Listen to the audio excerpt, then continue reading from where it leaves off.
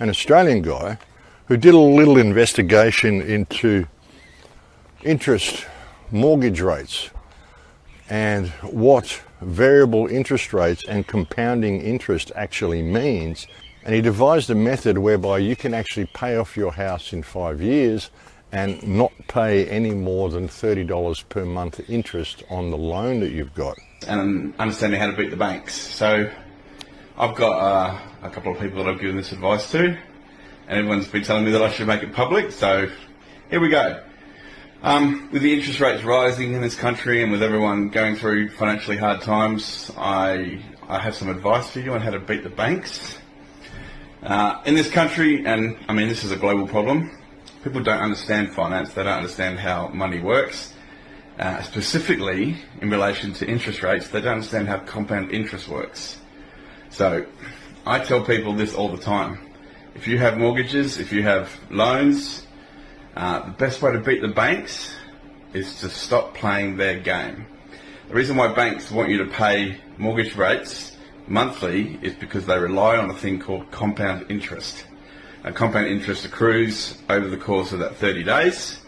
You make a payment, say if your mortgage is $1,000, 70% of that is interest, 30% of that is on the capital of the loan.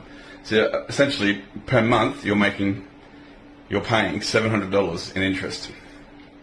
Now, how do you beat them? Well, you need to stop the compound interest from accruing. So how do you do that? If you're paying $1,000 a month, pay an extra $30 and pay $1 per day to your bank. Because as I said earlier, compound interest goes up over the course of the month, and then it goes, when you make the payment, it goes bang, down 70%.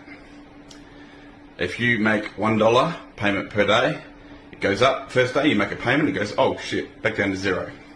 Make another payment the next day, $1, oh, it goes down to zero.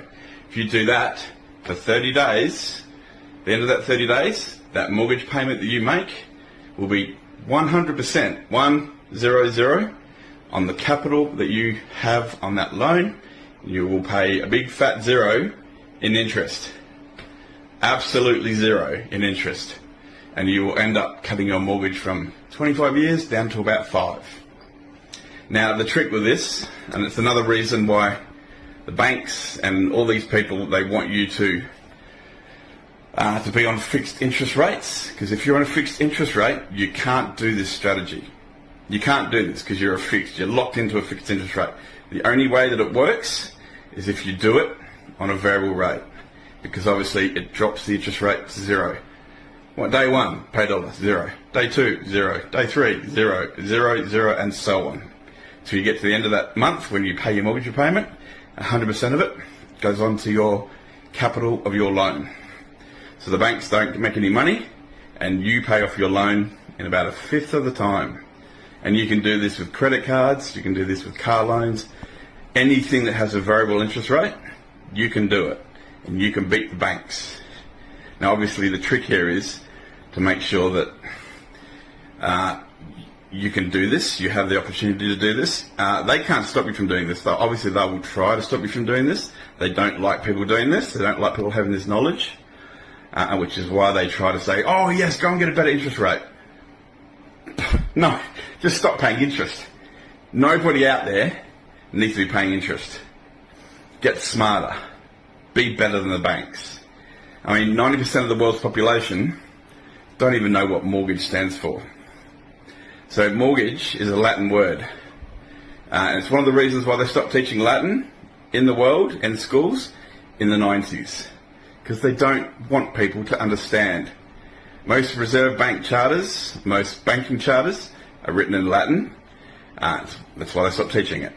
But the point I'm trying to get to is mortgage is a 2-part Latin word. Mort, in front of my finger, so mort stands for, well, what do they do at a mortuary? At a mortuary, they bury dead people. So mort stands for death. Gage in Latin stands for pledge. So a mortgage is essentially a death pledge between you and the bank. They never ever expect you to pay it off. It's modern day indentured slavery. So My goal and my reason for doing this post today is to educate people. Educate people that there is a better way, there's a smarter way, there's an easier way to beat the banks, to not pay them any money, and to get your home owned a hell of a lot quicker than what they allow you to. Now obviously the banks don't like this. I've tried to say this stuff before, tried to get this knowledge out to the world, and my comments get deleted. I did a post today on a bank, deleted in 15 minutes, it was gone.